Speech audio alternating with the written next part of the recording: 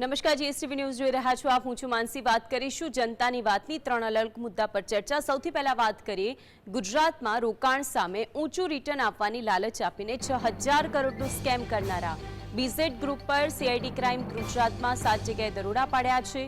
મળતી માહિતી અનુસાર હિંમતનગર તાલુકાના એક ગામમાં રહેતા બીઝેડ ગ્રુપ દ્વારા પોન્જી સ્કીમના નામે ધંધો શરૂ કરાયો હતો। શરૂઆતમાં તેમણે હિંમતનગર, રણાસણ, ગામભોઈ, રાયગઢ સહિતના ઉત્તર ગુજરાતમાં એજન્ટો રોકીને રોકાણકારોને આકર્ષવા માટે પોન્જી સ્કીમની સમજ આપવામાં આવતી। રોકાણકર્તાને દર મહિને તગડું વ્યાજ આપવામાં આવતું, જેના લીધે બીઝેડનો ઉત્તર ગુજરાતના અનેક વિસ્તારો સુધી આખો વ્યાપાર પથરાઈ ગયો। મંગળવારે હિંમતનગર સહિત અરવલ્લી અને ઉત્તર ગુજરાતમાં આવેલી બીઝેડની શાખાઓમાં સીઆઈડી ક્રાઇમે એક સાથે દરોડા પાડીને દસ્તાવેજી પુરાવા કબજે કર્યા છે।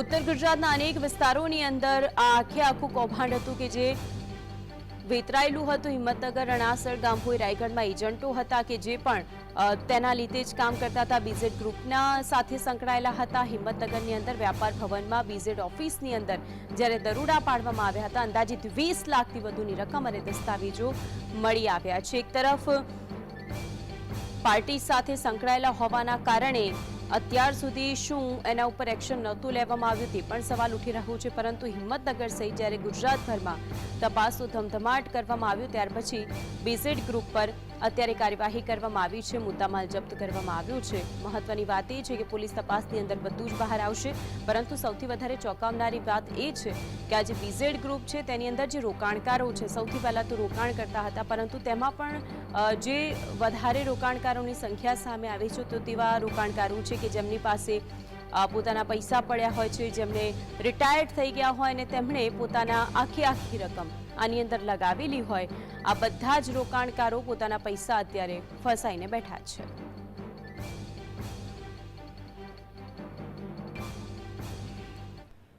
તો આ અંગે વધુ માહિતી માટે સંવાદદાતા અનિલ આપણી સાથે સ્ટુડિયોથી લાઈવ જોડાઈ ગયા છે। અનિલ, સૌથી મોટો સવાલ એ છે કે જ્યારે આ પોન્જી સ્કીમની વાત બહાર આવી, બીઝેડ ગ્રુપનું નામ સામે આવ્યું છે, આખો મામલો શું છે તે સમજાવશો?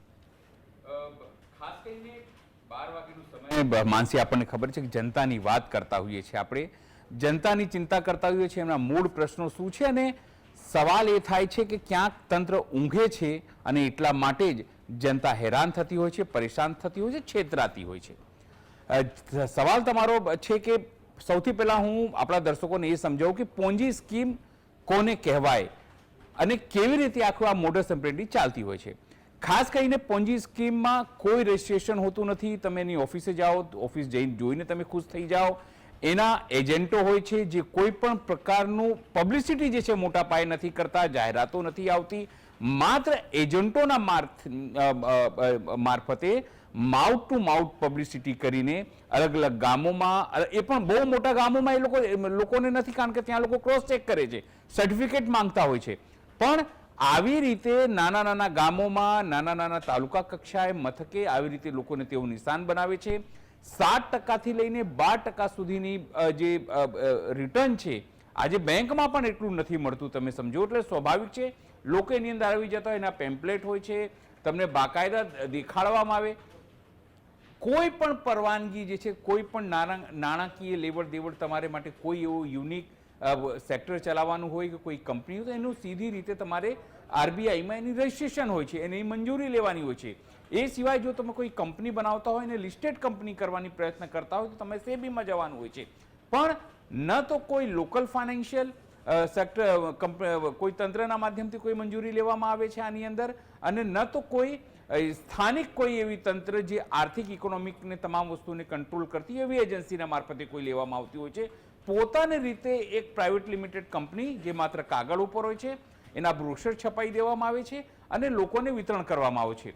લોકોને આ જે લોભામણી જાહેરાત 100 દિવસ, 200 દિવસ, 300 દિવસ એવી રીતે એ લોકોને ટાઈમ આપવામાં આવે છે કે આટલા દિવસ માટે તમે રોકાણ કરશો તો આની અંદર આટલું તમને મળશે, આટલા રૂપિયાનું રોકાણ કરશો તો આટલું મળશે તમને। એવું નથી કે શરૂઆતમાં લોકોને પૈસા પણ મળતા હોય છે, પણ ક્યાર સુધી, જ્યાર સુધી પૈસાની ચેન એમની ચાલતી હોય, જ્યાર સુધી બહારથી લોકો મુર્ગા, સીધી રીતે કહીએ તો મરગાઓ ફસાતા હોય, બકરાઓ કપાતા હોય, ત્યાર સુધી એ લોકો પૈસાની ચેન જે ફેરવતા હોય છે, અને જ્યારે પૈસા ઓછા આવવાના ચાલુ થાય અથવા તો એના પર બ્રેક વાગે ત્યારે સમગ્ર કૌભાંડ સામે આવે છે.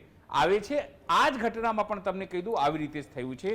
આખી મંડળી જે લોકોને કહે છે કે અમે ભાજપમાં છીએ, ભાજપની અંદર કામ કરીએ છીએ, ભાજપના કાર્યકર્તા છીએ, એ અલગ અલગ મોટા નેતાઓ સાથે ફોટો લોકોને દેખાડે છે, ફોટા પડાવે છે ને એની અંદરથી લોકોનો વિશ્વાસ કેળવે છે, અને એ વિશ્વાસ પેદા કરે છે કે અમારી સાથે રાજ્ય સરકાર છે, અમારી સાથે તમામ પ્રકારના એવા લોકો છે જે એમની મદદ કરે છે.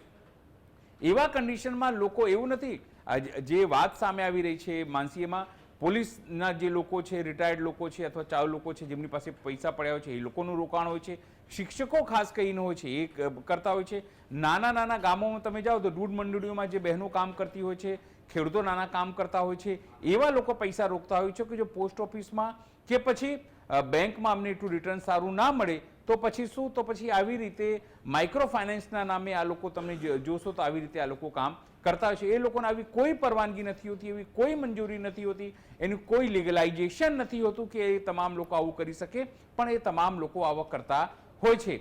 આ કેસમાં પણ આવી જ વસ્તુ થઈ છે ને મામલો અત્યારે 6,000 કરોડ રૂપિયા સુધી તમે પહોંચો. કોઈ રાતોરાત આ ઘટના નહીં ઘટી હોય માનસી, ધીમે ધીમે જ્યારે ચાલુ થઈ હોય. પણ આ જે વ્યક્તિ છે એ વ્યક્તિ પોતે જે છે પહેલા ભાજપના નેતા તરીકે પોતાને દર્શાવે છે, અને તમામ જગ્યાએ એટલે લોકલ સ્તરે પણ તમામ લોકોને આ વસ્તુ ખબર હશે. શું લોકલ CID ને આ વાત ખબર નહોતી, LIB ને આ વાત ખબર નથી, લોકલ પોલીસ સ્ટેશન કે જે કહેવાય ઇકોનોમિક વિંગ કહેવાય, ઇકોનોમિક વિંગ જે ઓફેન્સ વિંગ કહેવાય, EOW કહેવાય, શું એને આ વસ્તુ ખબર નહોતી? આ વસ્તુ ખબર જ હોય છે, પણ તમામ રાજકીય દબાણો તમે વાત કરો કે પછી તમામ વસ્તુઓ જેનાથી આ તમામ તંત્ર ચાલે છે, તમામ લોકોને નાના મોટા વસ્તુઓ ખબર હોય છે, પણ જ્યારે કોઈને પૈસા નથી મળતા અથવા તો જ્યારે ક્યાંક બ્રેક વાગે છે ત્યારે સમગ્ર ઘટના જે સામે આવે છે. અને હવે આ કેસમાં પણ એવું કહેવામાં આવ્યું છે. પણ એક સવાલ અનિલ રોકીને એટલા માટે પૂછું છું કે કોઈ પણ પાર્ટીનો ખેસ પહેરી લીધો તો પછી આવી બધી સ્કીમોની અંદર તમારું નામ આવે, દરોડા પડાય, પૈસા મેળવી લેવામાં આવે, અને ત્યાર પછી પણ કોઈ પ્રકારનું એક્શન નહીં લેવાય. જે તે વ્યક્તિ છે આ ગ્રુપનો તે બધાને એમ કહેતા હોય કે અમે તો આ ગ્રુપ સાથે સંકળાયેલા છે, અમે તો અમારી પાર્ટી સાથે સંકળાયેલા છે, માટે અમને તો કંઈ નહીં અડે, તો પછી જે લોકો ફસાય છે તેમનું શું થશે? માનસી તમે વાત કરી, કોઈ પણ પાર્ટી નહીં, ભાજપ, ભારતીય જનતા પાર્ટી, એ જે પાર્ટી છે એનો ખેસ તમે પહેરો તો તમને તમામ પ્રકારની છૂટો મળે છે. એ પછી તમે ઇકોનોમિક ઓફેન્સ કોઈ પણ કરો કે તમે એ સિવાય કોઈ પણ ગુનો કરો, હું નામ નથી લેવા માંગતો, ઘણા છેલ્લા 3-4 મહિનામાં ઘણા લોકો કેવી રીતે પકડાય છે ડ્રગ્સથી લઈને બળાત્કારમાં, આપણને ખબર છે. પણ આપણે આ કેસની વાત કરીએ તો સીધી રીતે ઘટનાક્રમ એ જ છે કે આ વાત કેમ સામે આવી. સૂત્રો એવું કહે છે, સીધી રીતે સૂત્રોનું કહેવું એવું છે કે આ વ્યક્તિ જે છે એ જ્યારે ક્ષત્રિય આંદોલન ચાલ્યું ત્યારે સાબરકાંઠામાંથી આ વ્યક્તિ અપક્ષ ઉમેદવારી નોંધાવે છે, અને ત્યાં સારા એવા વોટ પણ છે, તોડવાની ગણતરી હતી, પણ ત્યાં જે છે CR પાટીલ આવે છે ને એને સમજાવીને તમામ વસ્તુઓ એ ઘીના ઠામમાં ઘી ઠરી જાય છે, વાર્તા આટોપી લેવામાં આવે છે. પણ કહેવામાં આવે છે કે એના કારણે ત્યાં જે તેમની આંતરિક સ્પર્ધા થઈ એના કારણે એની ફરિયાદો થઈ, અને ફરિયાદો પછી આ ઘટનાક્રમ થયું. 20 લાખ રૂપિયા સાહેબ કેશ મળવું, હાર્ડ ડિસ્ક મળવી, આ તમામ વસ્તુઓ મળી છે. કહેવામાં આવે છે કે કોઈ નનામી અરજી થઈ અને તમામ વસ્તુ થઈ, સીધી રીતે કોઈએ ફરિયાદ હજુ કરી નથી. હજુ સુધી જે મેન ફરિયાદીઓ છે કે જેમના પૈસા ડૂબ્યા છે અથવા ડૂબવાની સંભાવના છે, કહેવામાં તર્ક એવી રીતે આપવામાં આવ્યું છે હજુ સુધી કોઈના પૈસા ડૂબ્યા નથી. પણ આખી ઘટનામાં એવું છે કે ન તો RBIને આમાં મંજૂરી લેવામાં આવી હતી, ન તો ફાઇનાન્સ ડિપાર્ટમેન્ટની કોઈની મંજૂરી લેવામાં આવી હતી, અને આવી રીતે જ આ સ્કેમ છે ચાલતું હતું. આની સ્કેમ એટલા માટે જ કહેવામાં આવે છે કે જ્યાં સુધી મંજૂરી લેવામાં ના આવે, વગર મંજૂરીએ કોઈ પણ વસ્તુ ચાલતી હોય, ભલે તમે એને લીગલ રીતે ચલાવતા હોય અથવા તો લોકોને રિટર્ન તમે સારી રીતે આપતા હોય, પણ તમે આ ચલાવી શકો નહીં. એના માટે પ્રોપર ગાઈડલાઈન છે સરકારની, એના માટે તમામ રૂલ્સ ફોલો કરવાનું હોય છે. જો આવી રીતે તમામ લોકો કરવા માંડે તો કાલે ઉઠીને કોઈ પણ 4 રસ્તે આ તમામ વસ્તુઓ થવા માંડે, કોણ અટકશે? ફાઇનાન્શિયલ જે કરપ્શન છે અથવા ફાઇનાન્શિયલ ઓફેન્સ છે એ અટકાવવા માટે તમામ નિયમો બનાવવામાં આવ્યા છે, અને એ ના બને અને તમે ખેસ પહેરીને તમામ વસ્તુ કરાવો તો આ તંત્ર સામે, સરકાર સામે અને ભાજપ અને ભાજપની નીતિ સામે સવાલ ઉભો થાય. બિલકુલ, આપ અમારી સાથે જોડાઈને સમગ્ર વિગતો જણાવી તે બદલ આપ